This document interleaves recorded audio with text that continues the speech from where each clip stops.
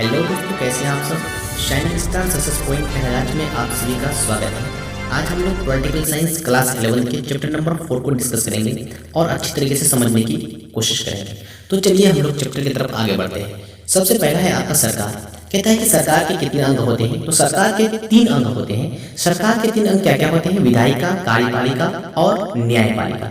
विधायिका को इंग्लिश में लेजिस्लेटिव बोला जाता है, कार्यपालिका को इंग्लिश में एग्जीक्यूटिव बोला जाता है और न्यायपालिका को इंग्लिश में आपको जुडिशरी बोला जाता है। तो आप चलिए हम लोग बारी बारी समझते हैं कि विधायिका क्या होता है, कार्यपालिका क्या होता है और न्यायपालिका क्या होता है। तो चलिए विधायिका। विधायिका सरकार का वो अंग है जो कानून का निर्माण करती है, उसे विधायिका कहा जाता है। यानी कि विधायिका सरकार का वो महत्वपूर्ण अंग होता है जो कानून को बनाती है, जो कानून का निर्माण करती है। यानी कि विधायिका या विधानमंडल जो लेजिस्लेटर जो होता है, किसी राजनीतिक व्यवस्था के उस संगठन या इकाई को कहा जाता है जिसे कानून व जननीति बनाने, बदलने तथा हटाने का अधिकार होता है।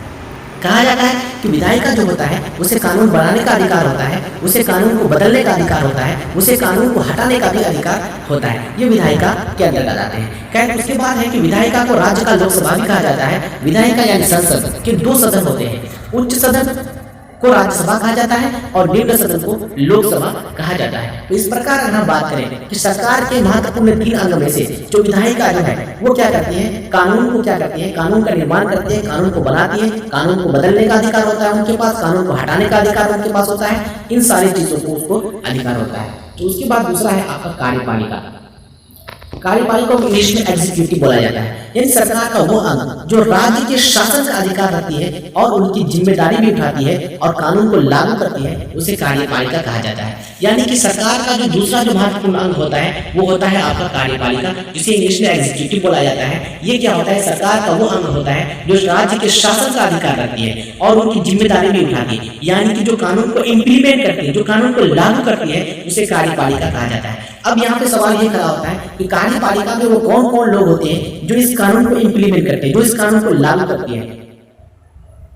तो आप चलिए देखिए कि संघीय कार्यपालिका में राष्ट्रपति, उपराष्ट्रपति तथा राष्ट्रपति को सहायता करने एवं सलाह देने के लिए अध्यक्ष के रूप में प्रधानमंत्री तथा उसके मंत्री परिषद शामिल होते हैं। यानी कि जो भी कानून को इम्प्लीमेंट करना है वो राष्ट्रपति की जो मदद करते हैं वो आपको कौन मदद करते हैं? प्रधानमंत्री और उसके मंत्री परिषद उसकी क्या करते हैं? मदद करते हैं और उसको सलाह भी देते हैं कि क्या इस कानून को कैसे लागू करना चाहिए, क्या करना चाहिए। इन सारी चीजों के देखरेख में वो कानून क्या होता है? लागू होता है।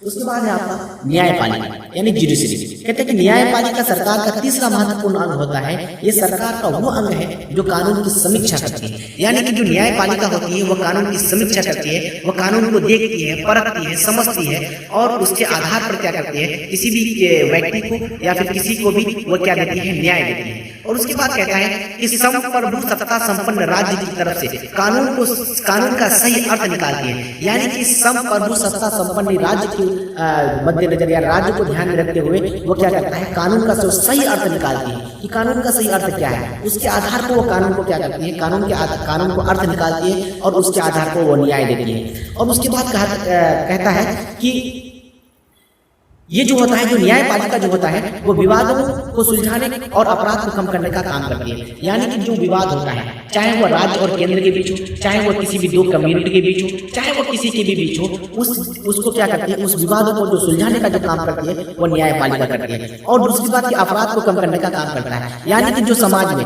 या फिर जो भी राष्ट्र में या फिर जो भी किसी भी देश में जो भी अपराध होता है उसको तो इस बात की जरूर डर होता है कि जो हम अपराध कर रहे हैं एक ना एक दिन उसका सजा हमको भुगतना पड़ेगा। तो इस तरीके से न्यायपालिका क्या करती है? अगर कोई अपराध उसकी अगर नजर में आ जाता है तो उस पर क्या करती है? उसके आधार पर उसको क्या करती है? दंडित करती है। तो इसका डर क्या होता है? शायद हर किसी को बना हुआ रहता है कि उसके आधार पर क्या करता है? कोई गलत करने की कोशिश नहीं करती है, लेकिन जो गलत करता है उसका अंजाम भी क्या होता है? गलत होता है। उस तरीके से फिर कहता है कि जो न्यायपालिका जो होता है वो अप्रत्यक्ष रूप से समाज के विकास का मार्ग प्रशस्त करती है। यानी कि जो न्यायपालिका जो होती है वो अप्रत्यक्ष रूप से इनडायरेक्ट रूप से हमारे समाज के जो विकास का जो मार्ग होता है उसको प्रशस्त करता है, हमारे समाज में शांति कायम करता है। ये सारी चीज जो है वो न्यायपालिका मतलब बहुत बेहतर तरीके से अपने काम को अंजाम देते हैं और हमारे समाज के मार्ग का जो विकास का जो मार्ग है उसको प्रशस्त करते हैं। उसके बाद कहता है कि न्यायपालिका के अंतर्गत कोई एक सर्वोच्च न्यायालय होता है तथा उसके अधीन विभिन्न न्यायालय कोर्ट होते हैं। बिल्कुल बात सही है कि जो भी न्यायालय न्यायपालिका जो होती है उसके अंतर्गत जो होता है एक सर्वोच्च न्यायालय होता है और उसके जो अधीन होते हैं वो क्या होते हैं, विभिन्न प्रकार के क्या होते हैं, कोर्ट मौजूद होते हैं। उसके बाद है आपका कार्यपालिका। कार्यपालिका दो प्रकार का होता है, एक होता है आपका अस्थायी कार्यपालिका, दूसरा होता है आपका अस्थायी कार्यपालिका। और अस्थायी कार्यपालिका के जो अंतर्गत जो आते हैं वो आपके कौन आते हैं, राजनीतिक कार्यपालिका मतलब आते हैं, यानी सरकार आते हैं, प्रधानमंत्री आते हैं और नेतागण आते हैं। और अस्थायी कार्यपालिका के जो अंतर्गत जो आते हैं वो सिविल सेवा के सदस्य आते हैं, सरकारी कर्मचारी आते हैं और नौकरशाही आते हैं। अच्छा, यहाँ पे एक सवाल खड़ा होता है कि प्रधानमंत्री या फिर देश के या फिर सरकार या फिर नेता को अस्थायी कार्यपालिका क्यों माना जाता है, जबकि सिविल सेवा के जो सदस्य होते हैं या फिर सरकारी जो कर्मचारी होते हैं, जो नौकरशाही होते हैं, उसको अस्थायी कार्यपालिका क्यों माना जाता है। बिल्कुल बात सही है, जो सिविल सेवा के जो सदस्यगण है, जो सरकारी कर्मचारी, जो नौकरशाही है, उसका जो कार्यकाल होता है एक निश्चित कार्यकाल होता है, एक लंबे अरसे तक वो अपने काम को क्या करते हैं, अंजाम देते हैं, अपने सेवा को अंजाम देते हैं। लेकिन कोई जरूरी नहीं है, तो देश का प्रधानमंत्री है तो वो अपने कार्यकाल तक टिके रह पाएंगे, कोई जरूरी नहीं है। अगर वो अच्छे कर रहे हैं, अगर वो देश के लिए अच्छा कर रहा है, अगर वो समाज के लिए अच्छा कर रहा है, अगर वो राष्ट्र के लिए अच्छा कर रहा है, तो जाहिर सी बात है कि वो टिके रह सकते हैं। अगर वो अच्छा नहीं कर रहा है, जिससे अगर जनता अगर खुश नहीं है, तो वो उस सत्ता से अपने कार्यकाल से पहले वो हट सकता है या फिर उसको हटा सकती है। तो इस तरीके से कहा जा सकता है कि ये लोग जो होते हैं वो अस्थायी होते हैं, लेकिन सिविल सेवा के जो सदस्य होते हैं, सरकारी कर्मचारी होते हैं, नौकरशाही होते हैं, ये अस्थायी होते हैं। उसके बाद है आपका कि केंद्र स्तरीय कार्यपालिका और राज्य स्तरीय कार्यपालिका। अब केंद्र स्तरीय कार्यपालिका क्या होता है, राज्य स्तरीय कार्यपालिका क्या होता है कि केंद्र स्तरीय कार्यपालिका में जो केंद्र में कौन कौन लोग होते हैं जो इन सारे चीजों को देखरेख करते हैं। जो केंद्र स्तर पे होते हैं वो राष्ट्रपति होते हैं, प्रधानमंत्री होते हैं और मंत्री परिषद होते हैं। और राज्य स्तरीय कार्यपालिका के अंतर्गत मुख्यमंत्री, राज्य मंत्री परिषद और गवर्नर आते हैं। जाहिर सी बात है कि अगर केंद्र का अगर किसी राज्य का अगर विकास करना हो, अगर राज्य के अगर विकास के बारे में कोई सोचेगा, वो कौन सोचेगा, राज्य का जो मुख्यमंत्री होगा वो सोचेगा, राज्य के जो मंत्री परिषद होंगे वो सोचेंगे, जो गवर्नर होगा वो सोचेगा। लेकिन केंद्र स्तर की अगर बात आए तो वहां पे राष्ट्रपति, प्रधानमंत्री और मंत्री परिषद जो होते हैं वो उन सारी चीजों को देखते हैं, उनकी समीक्षा करते हैं, उसके आधार पर तर्क वितर्क करते हैं और कोई भी जो कानून होती है उसको लागू करते हैं। कार्यपालिका के प्रकार, इस सामूहिक नेतृत्व सिद्धांत प्रणाली के आधार पर, और दूसरा होता है एक व्यक्ति के नेतृत्व सिद्धांत कार्य प्रणाली के आधार पर।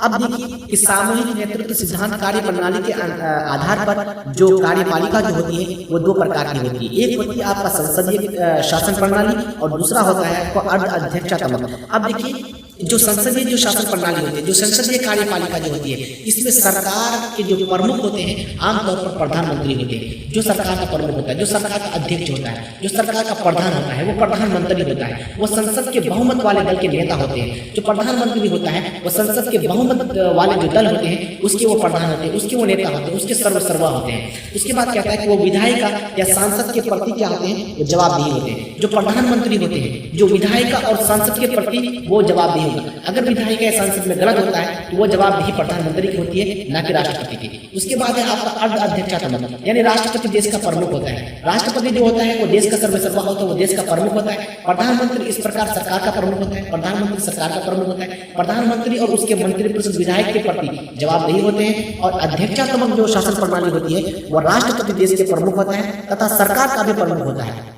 कहता है जो राष्ट्रपति होता है वो देश का प्रमुख तो होता ही है और उसके साथ साथ वो सरकार का भी एक बहुत ही महत्वपूर्ण अंग होता है, एक उसका भी प्रमुख होता है। राष्ट्रपति का चुनाव आमतौर पर प्रत्यक्ष मतदान पर होता है। जो राष्ट्रपति का जो चुनाव होता है वो प्रत्यक्ष मतदान पर होता है, डायरेक्ट वोट होता है, डायरेक्ट वोटिंग सिस्टम होता है। उसके बाद कहता है कि ये विधायक या सांसद के प्रति जवाबदेही नहीं होता है। अगर विधायक या सांसद में कोई गलत होता है तो वो जवाबदेही उसकी नहीं होती है, वो जवाबदेही प्रधानमंत्री की होती है। क्योंकि प्रधानमंत्री जो होते हैं वो क्या होते हैं, बहुमत वाले दल के सदस्य होते हैं, बहुमत वाले दल के प्रधान होते हैं, उनके अध्यक्ष होते हैं। और वो उसकी जो विधायक या सांसद की जो प्रति जो जवाबदेही होता है वो प्रधानमंत्री और उसके मंत्री परिषद की होती है, न कि राष्ट्रपति की।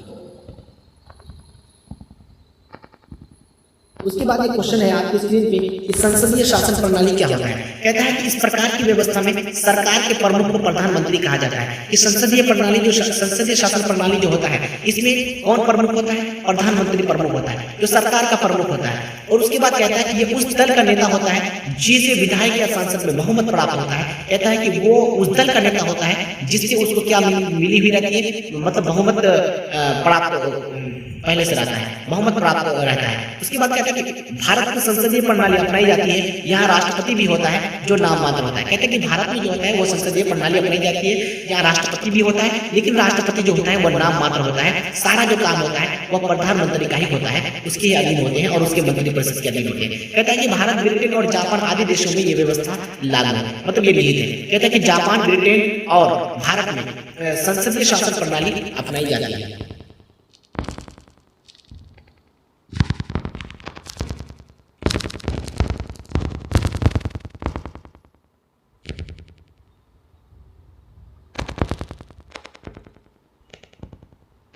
उसके बाद अध्यक्षात्मक शासन प्रणाली से आप क्या समझते हैं? कहता है कि इस प्रकार की शासन व्यवस्था में राष्ट्रपति प्रमुख होता है। जो अध्यक्षात्मक जो शासन प्रणाली होता है, इसका जो प्रमुख होता है वो राष्ट्रपति होता है। इस प्रकार की व्यवस्था राज्य और सरकार दोनों का प्रधान होता है। जो ये जो होते हैं, ये राज्य और सरकार दोनों का प्रधान होता है। प्रत्यक्ष मतदान से राष्ट्रपति का चुनाव किया जाता है। ये विधायक या सांसद के प्रति जवाबदेह नहीं होता है। अमेरिका, ब्राजील आदि देशों में इस प्रकार की शासन प्रणाली अपनाई जाती है। तो वही चीज है कि अध्यक्षात्मक शासन प्रणाली में राष्ट्रपति जो होता है उसकी भागीदारी होती है, वो प्रमुख होता है, सर्वसर्वा होता है। उसके बाद में नेक्स्ट क्वेश्चन है कि अर्ध अध्यक्षात्मक शासन प्रणाली से आप क्या समझते हैं? कहता है कि इस प्रकार की शासन व्यवस्था में राष्ट्रपति एवं प्रधानमंत्री दोनों होते हैं। यानी कि इस प्रकार की जो शासन प्रणाली होता है, जो अर्ध अध्यक्षात्मक शासन प्रणाली होती है, इसमें राष्ट्रपति भी होता है और प्रधानमंत्री भी होता है, दोनों मौजूद होते हैं। परंतु इसमें राष्ट्रपति को एक विशेष अधिकार प्राप्त होता है। इसमें राष्ट्रपति क्या कर सकते हैं? दैनिक कार्य के संपन्न के लिए महत्वपूर्ण शक्तियां उसको प्राप्त होती है। वो दैनिक कार्य को संपन्न करने के लिए अपना मतलब पहल कर सकता है। ठीक है, राष्ट्रपति देश का प्रमुख होता है एवं प्रधानमंत्री जो होता है वो सरकार का प्रमुख होता है। राष्ट्रपति देश के प्रति जवाबदेही होता है, लेकिन प्रधानमंत्री जो होता है वो संसद या विधायक के प्रति जवाबदेही होता है।